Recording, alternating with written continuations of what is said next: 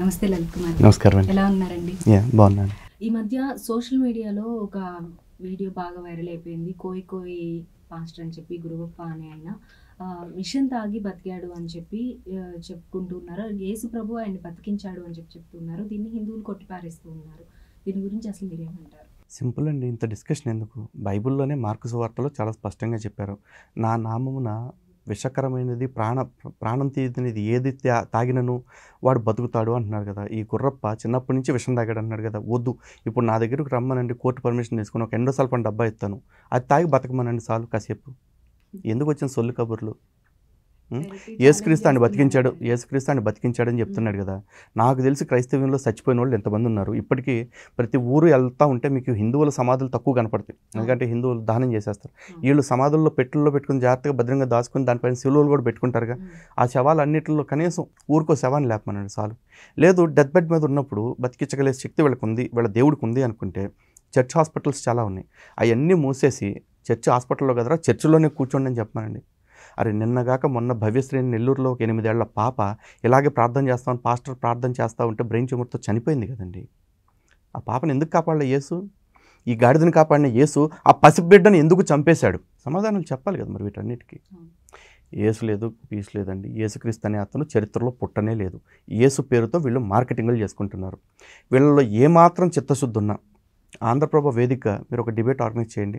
యేసుక్రీస్తు ఉన్నాడు అంటానికి వాళ్ళ దగ్గర ఉన్న ఆధారాలు తీసుకుని ఇక్కడికి వచ్చి కూర్చోమనండి చాలు. లేదు, యేసు నిజంగా మహిమలు చేసేవాడు అనిపిస్తే ఒక డెత్ బెడ్ మీద ఉన్న పేషెంట్ని ఇక్కడికి తీసుకొద్దాం, వాళ్ళని బతికించమని చెప్పండి. లైవ్లో ఒకళ్ళనే 100 మందిని అడుగుతున్నామా?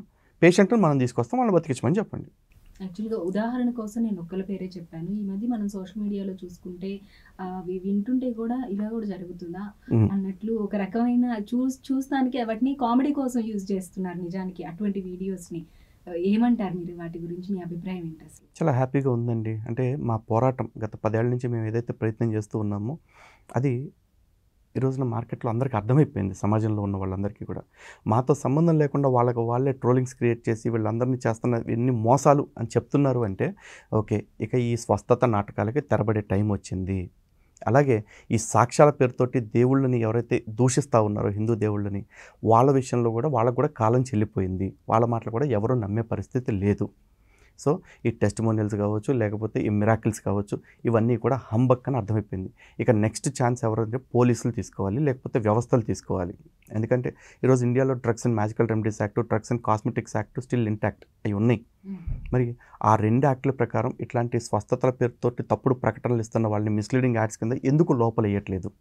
అంటే మతపరమైన ఇష్యూస్ సెన్సిటివ్ కరెక్టే, కానీ ఆ సెన్సిటివ్ ఇష్యూస్ని అడ్డం పెట్టుకుని సమాజాన్ని డిస్టర్బ్ చేస్తున్న వాళ్ళని క్షమించడం కూడా మరి నేరమే కదా. Thank you so much. ధన్యవాదాలండి. నమస్తే. ఇది ఇవాల్టి ఇంటర్వ్యూ. ఇటువంటి ఇంటర్వ్యూస్ ఇంకా మరెన్నో ఆంధ్రప్రభలో మనం చూడొచ్చు. Thank you so much. Keep watching Andhraprabha.